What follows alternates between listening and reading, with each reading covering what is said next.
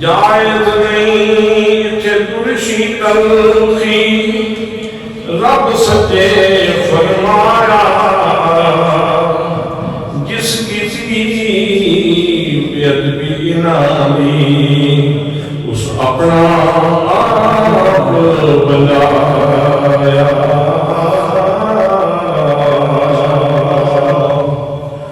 If دی گنجائش نہ چھوڑی رب نے اف دی گنجائش نہ چھوڑی رب نے اتنا ناز بدھایا انہاں نے ادب آداب کا سارا سبق رب آپ پڑھایا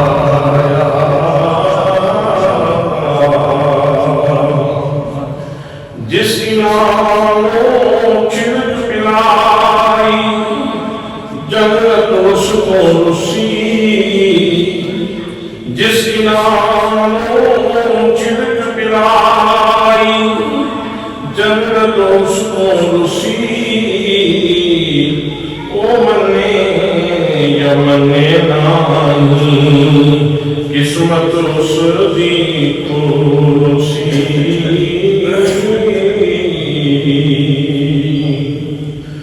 او شیدون بھی کیسا تیرا تو سے جلن تمہاری او ویدون سی کیسا تیرا کہ تو سے جلن تمہاری دو قدم بھی چلن لگے تم ہونی سی دشواری کون سی جس نے ترن سکھایا تم تیرا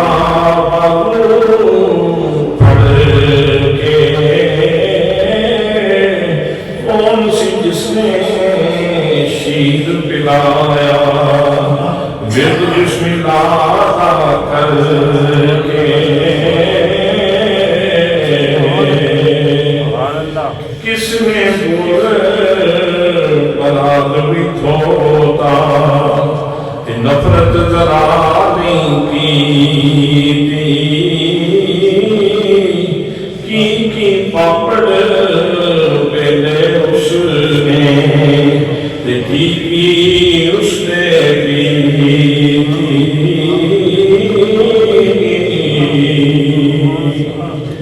جے کر آئی بیماری تیرے ساکنہ نہ سکے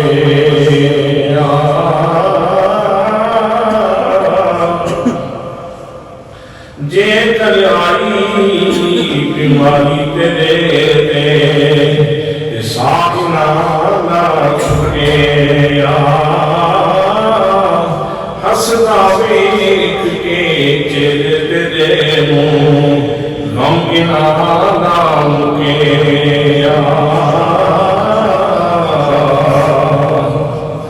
انعام سامنے آج گرامی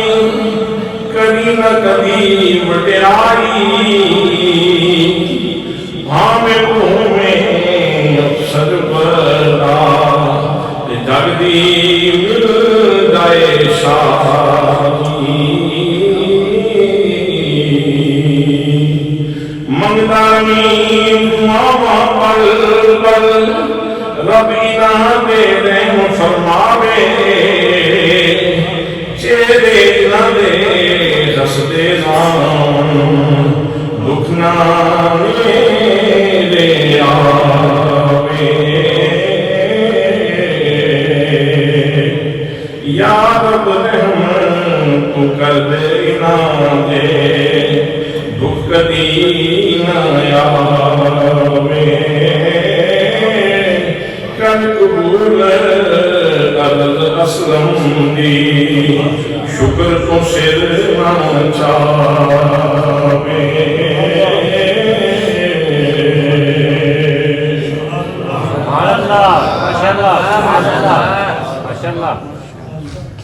رونق محفل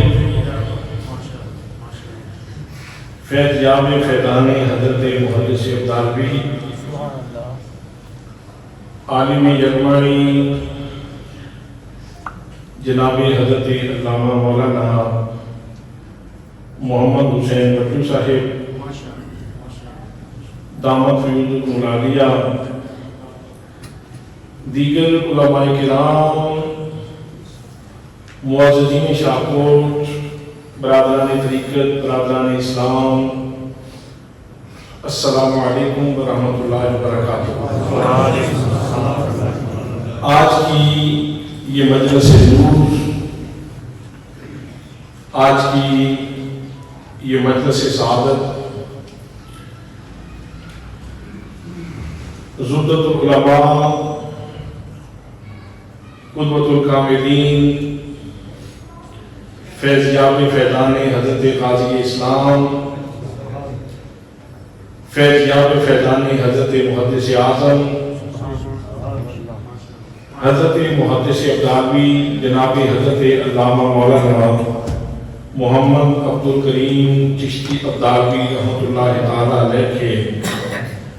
سالانہ عرس پاک کے عنوان سے شاہکوٹ کی اس وجود والی مسجد کے اندر انعقاد پذیر ہے۔ آج میں سوچ رہا تھا کہ بہت کمی محسوس کرتا ہوں۔ نعرہ تکبیر، نعرہ رسالت، آستانہ عالیہ خانقاہ ڈوگرہ شریف، آستانہ عالیہ بھیرا شریف۔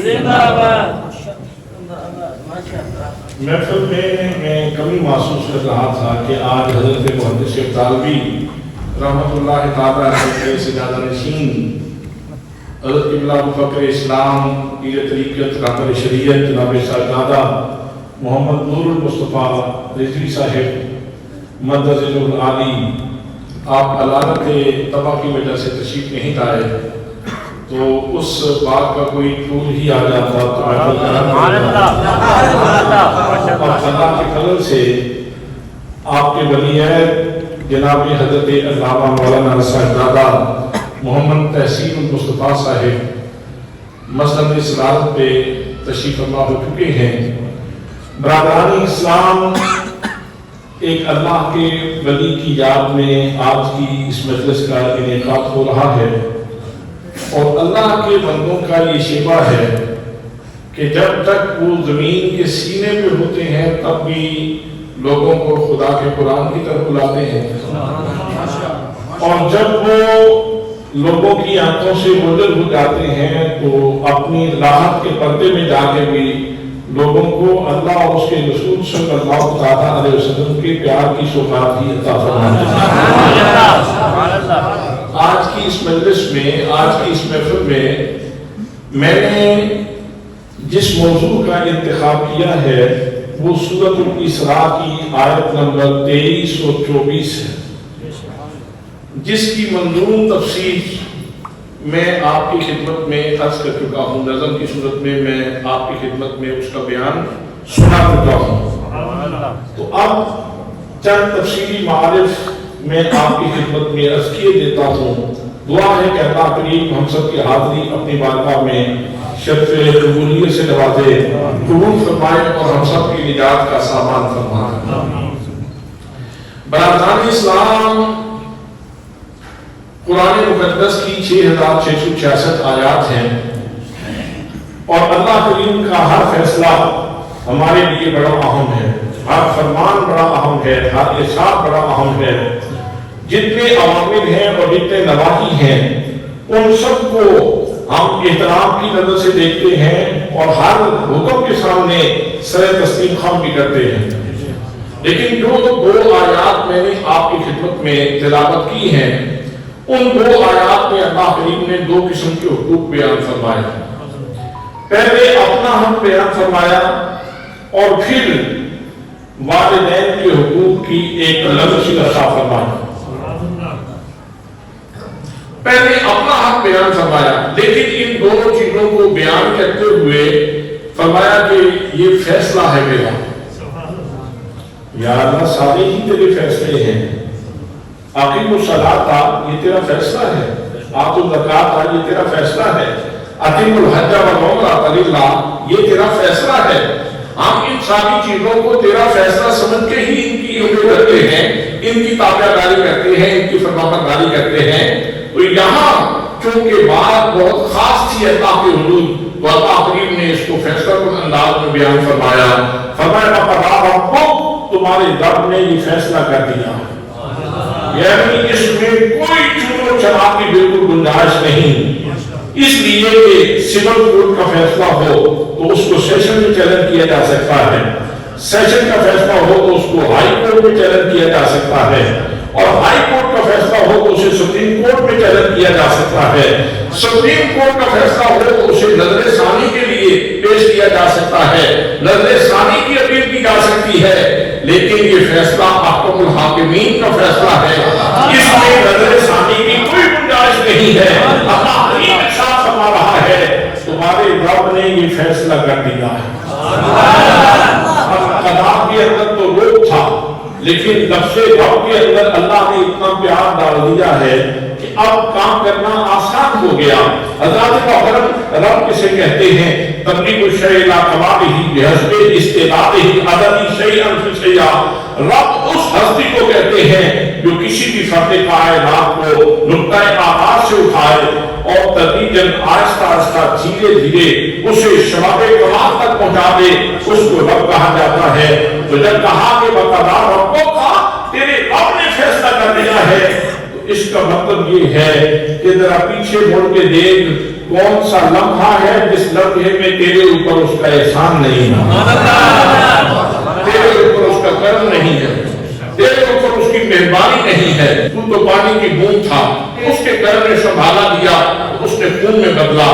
اگر وہ اس کا کرم سنبھالا نہ دیتا تو تیری داستان تو وہیں ختم ہو جاتی. پھر خون بنایا,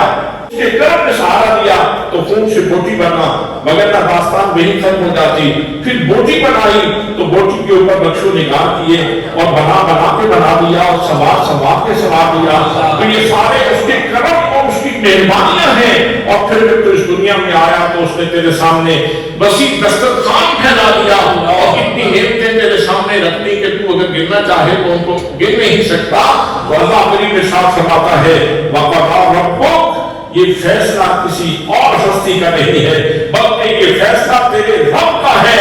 جس ہستی نے لمحے لمحے میں, ساتھ میں, برے میں, نتیجے میں جس نے تیرے اوپر لاکھوں کے احسانات کیے ہیں, اس ہستی کا حکم ہے. جب احسانات کی اتنی لمبی لسٹ ہے تو احسان شناس بندہ اس نے سب جھکا دیا. عرض کی پروردگار عالم جو حکم ہو سر تسلیم خم ہے, میں ماننے کے لیے تیار ہوں. وہ اللہ نے پہلی بات یہ ارشاد فرمائی, فرمایا اللہ تعبدوا الا ایاہ, پہلا میرا فیصلہ یہ ہے کہ تم نے عبادت کرنی ہے تو فقط میری کرنی ہے. دوستان محترم, آج تو میں مسجد میں بھی سنا رہا ہوں, آپ سبھی لوگ اللہ کی حضور عبادت کے لیے آئے, ایک فریضہ ادا کرنے کے لیے آئے, لیکن جس ماحول میں نبی اکرم صلی اللہ علیہ وسلم نے یہ چراغ دلایا, اس وقت کوئی لاکھ کی پوجا کر رہا ہے, کوئی مناب کے سامنے جھک رہا ہے, کوئی بردہ کے سامنے سجدہ کر رہا ہے, کوئی حبل کے سامنے اپنی زمین عبادت کو جھکائے ہوئے, کوئی مرد کے سامنے سجدہ کر رہا ہے, کوئی چاند سورج کو اپنا خدا کہنے پہ مصر ہے. جس ماحول میں میرے آقا کریم صلی اللہ علیہ وسلم نے یہ جواب کرایا, کتنا بھوک اندھیرا موجود تھا, میرے آقا کریم صلی اللہ علیہ وسلم نے اللہ کے فرمان سنا کے اس ماحول میں اجالا کر دیا. فرمایا وقضیٰ ربک الا تعبدوا الا ایاہ, فرمایا میرے بندو, میری بارگاہ میں سجدہ بندگی کرنے والوں, یاد رکھو یہ میرا فیصلہ, یاد رکھنا عبادت جب بھی کرنی ہے تو میری کرنی ہے, حضرات محترم یہ بڑا اہم پیغام تھا اور ایسا پیغام کہ جناب سیدنا آدم علیہ السلام سے لے کر کے نبی کریم صلی اللہ علیہ وسلم تک جتنے بھی پیغمبر آئے جتنے بھی نبی آئے ان سب کے موائد میں یہ اہم ترین موضوع تھا لیکن آج اللہ کریم نے جب اس موضوع کو بیان فرمایا تو ایک ہی جملے کے بعد اس کو کلوز کر دیا ایک جملے میں اپنا حق بیان فرمایا اور پھر اس مضمون کو کلوز کر دیا اور پھر اس سے آگے اللہ کریم نے والدین کی شان کا ذکر شروع کیا پروردگار اعظم ارشاد فرماتا ہے فرمایا وَبِالْوَالِدَيْنِ إِحْسَانًا فرمایا میرے بندو تمہارے گھر میں یہ دو فہد موجود ہے یہ دو مینارائے نور موجود ہے یہ دو صراط سعادت ہستیاں موجود ہیں یہ جمل و برکت سے معمول لوگ موجود ہیں جن کو والدین کہا جاتا ہے فرمایا میرے بندو ان دو ہستیوں سے جب بھی تم نے معاملات کرنے ان کے ساتھ حسن سلوک سے پیش آنا ہے ان سے حسن سلوک سے پیش آنا ہے حضرات محترم انسان جس کو اللہ کریم نے احساسات کی دولت سے نوازا ہے کسی بھی مذہب سے ہو تو یہ احساس تو موجود ہوتا ہے کہ یہ میرے والد ہیں اور یہ میری والدہ ہے اور میں نے ان سے محبت کرنی ہے یہ احساس تو فطرتاً موجود ہے یہ احساس انسان کی فطرت میں پروردگار عالم نے رکھا ہے لیکن کتنا کرم فرمایا کتنی مہربانی فرمائی کہ جن کا پیار میری فطرت میں تھا جن کا پیار میری جبلت میں موجود تھا ان کے بارے میں احساس فرما لیا کہ ان کے ساتھ انہیں حسن سلوک سے پیش آنا ہے اللہ نے کرم فرمایا وہ جو میرے فطری تقاضے تھے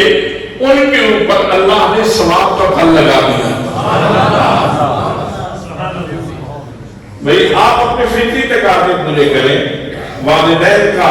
والد کا ہاتھ چومنا فطری تقاضا ہے ماں کا منہ چومنا فطری تقاضا ہے ماں کے قدم چومنا فطری تقاضا ہے یہ انسانیت کی علامت ہے یہ فطرت کا تقاضا ہے لیکن اللہ نے یہ حکم فرما کے ارشاد فرما کے ہمارے لیے یہ بات آسان بھی کر دی اور ہمارے لیے اس کام کو باعث ثواب بھی کر دیا لیکن جو اللہ والے ہیں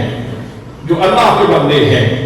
بات پہ کہا ہوں نبات آصف ضیاء الامت حضرت جسٹس پیر محمد کرم شاہ ازلی رحمت اللہ تعالیٰ نے کی آپ ارشاد فرماتے تھے بیٹا بے شک والدین کی محبت کے انسان کی سرشت اور اس کی جبلت میں موجود ہے اس کی فطرت میں موجود ہے لیکن فطرت کے تقاضوں سے مجبور ہو کے والدین سے پیار نہ کرو اللہ کے حکم کے تابع ہو کر والدین سے پیار کرو گے تو یہ تمہاری عبادت بھی بن جائے گی اور تمہارے لیے سعادت بھی ہو جائے گی فرمایا وَبِالْوَالِدَيْنِ إِحْسَانًا حضرات محترم اللہ کریم نے لفظ احسان ذکر فرمایا اور اللہ سے پوچھئے احسان کا بات اشتقاق کو حسن ہے اور حسن کا خاصہ کیا ہے حسن میں ترشی نہیں ہوتی حسن میں تلخی نہیں ہوتی حسن میں کھرکرا پن نہیں ہوتا حسن سے بندہ گھبراتا نہیں ہے حسن کے اندر جاذبیت ہوتی ہے حسن کے اندر اٹریکشن ہوتی ہے حسن کے اندر جو ہے وہ اپنی طرف کھینچنا ہوتا ہے یہ اس کا لازمہ ہے حسن جس رنگ میں وہ جہاں ہوتا ہے اہل دل کے لیے سرمایہ جہاں ہوتا ہے وہ اللہ کریم کے ساتھ فرما رہا ہے کہ تو نے پانی اپنے والد صاحب کو اپنی والدہ کو دینا ہے تو نے کھانا ان کو دینا ہے تو نے دوائی ان کی خدمت میں پیش کرنی ہے لیکن تیرے کسی انداز کے اندر ترشی نہیں ہونی چاہیے سبحان اللہ سبحان اللہ سبحان اللہ کتنے لاڈ بتا دیے سبحان اللہ فرمایا کسی انداز کے اندر بھی ترشی نہیں ہونی چاہیے تلخی نہیں ہونی چاہیے. اور یہاں اس کا ایک پہلو اور بھی عرض کر دوں. حضرات محترم، ایک پہلو تو یہ ہے کہ میرے رب نے مجھے حکم دیا کہ میں اپنے والدین کا ادب کروں، احترام کروں، ان کے ساتھ اس سے سلوک سے پیش آؤں، مجھے حکم دیا جا رہا ہے. دوسرا پہلو یہ ہے کہ میں بھی تو صاحب اولاد ہوں. واقعین تیرے کرم کے صدقے جاؤں کہ تو میری اولاد کو میرا ادب سکھا رہا ہے. تیرے کرم کے صدقے جاؤں، تیری عنایات کے صدقے جاؤں. میں جب اپنی مثال دیکھتا ہوں، اپنی اوقات دیکھتا ہوں، اپنی حیثیت دیکھتا ہوں، تو پھر جب تیرے کرم کو دیکھتا ہوں کہ تو اتنی بڑی ہستی کہ عرش تیرے سامنے سجدہ ریز اور فرش تیرے سامنے سجدہ ریز، ملائکہ تیرے سامنے سجدہ کرے، حوریں تیرے سامنے سجدہ کرے، یہ ساری کائنات تیرے سامنے سجدہ ریز ہو، انبیاء و رسول تیری بارگاہ میں سجدہ کریں. اتنی بڑی ہستی اور میرے بچوں کو میرا ادب سکھا رہا ہے. سبحان اللہ. تو پھر شکر کے احساس سے سب جھک جاتا ہے کہ نہیں؟ بندہ اپنی کمائی کو بھی دیکھے، اپنی حیثیت اوقات کو بھی دیکھے اور رب تعالیٰ کے اس کرم کو بھی دیکھے. یہ تو میں دن کے 12:30 بجے کے قریب 1 بجے کے قریب آپ کو یہ بات سنا رہا ہوں. یہ اگر رات کے 2 بجے کا وقت ہو اور آپ یہ سورہ الاسراء کی یہ 2 آیتیں پڑھیں اور اس کی تفسیر کا مطالعہ کریں، آپ تنہا ہوں، اکیلے ہوں، مصلی کے اوپر بیٹھے ہوں، باقبول ہوں، اور پھر قرآن مقدس کی ان 2 آیتوں کا مطالعہ کریں، تو پھر آپ کو احساس ہوگا، جب یہ تصور آئے گا کہ میرا رب میرے بچوں کو میرا ادب سکھا رہا ہے، تو وہاں پتہ نہیں کتنے شکر کے سجدے کرنے پہ آپ مجبور ہو جائیں. سبحان اللہ. یہ ہستیاں اس لیے بھی قابل احترام ہے، قابل عزت ہیں کہ تمام رشتوں کا سنگم یہی 2 رشتے ہیں. انہی رشتوں سے شعاعیں نکلتی ہیں تو باقی رشتے بنتے ہیں. اور انسان معاشرت کی حیوان ہے. کسی انسان کو اگر سزا دینی ہو تو اسے قید تنہائی کی سزا دی جاتی ہے. بہت کڑی سزا ہوتی ہے قید تنہائی، کہ جس میں اس کو کوئی رشتہ دار اسے مل نہ سکے، کوئی تعلقدار اس سے مل نہ سکے. اس کا مطلب یہ ہے کہ کسی کو روٹی نہ ملے تو یہ بھی مسئلہ تو ہے، کسی کو پانی نہ ملے یہ بھی مسئلہ تو ہے، لیکن اگر کسی پیارے سے ملاقات نہ ہو سکے تو یہ بہت بڑا مسئلہ ہے. قید تنہائی کی سزا بہت بڑی سزا ہوتی ہے. اللہ نے تجھے اس جہان میں اتارا ہے تو تجھے تنہا نہیں اتارا، تجھے والدین کے ذریعے پیدا کیا ہے، اور پھر والدین کے تعلق سے کتنے رشتوں کی کہکشاں تجھے عطا فرمایا. سبحان اللہ. سبحان اللہ. سبحان اللہ. چچا کا پیار ہے، ماموں کا پیار ہے، خالہ کا پیار ہے، پھوپھی کا پیار ہے، بہن کا پیار ہے اپنے بھائی کے لیے، اور بھائی کا پیار ہے اپنی بہن کے لیے. ان رشتوں میں سے کسی کا کوئی ایک رشتہ بھی اگر مفقود ہو نہ ہو تو اسے محسوس ہوتا ہے یار یہ رشتہ کتنا قیمتی تھا، کاش کہ یہ میرا رشتہ بھی ہوتا. تو یہ والدین اتنے قیمتی لوگ ہیں کہ جن کی وجہ سے اللہ کریم نے تیری زندگی کو حسن عطا کیا ہے، تیری زندگی کو رونق عطا فرمائی ہے، تجھے انس عطا کیا ہے، یہ جہان تیرے لیے رنگین بنا دیا ہے. اگر یہ رشتے نہ ہو تو پھر زندگی بے نور ہو جائے. زندگی تو وہ ہے جو اپنوں میں بنائی جائے. اس لیے میرے دوستو یہ اس جہان کی ساری رنگینیاں والدین کی وجہ سے ہی ہوتی ہیں. اور اس کا دینی پہلو یہ ہے،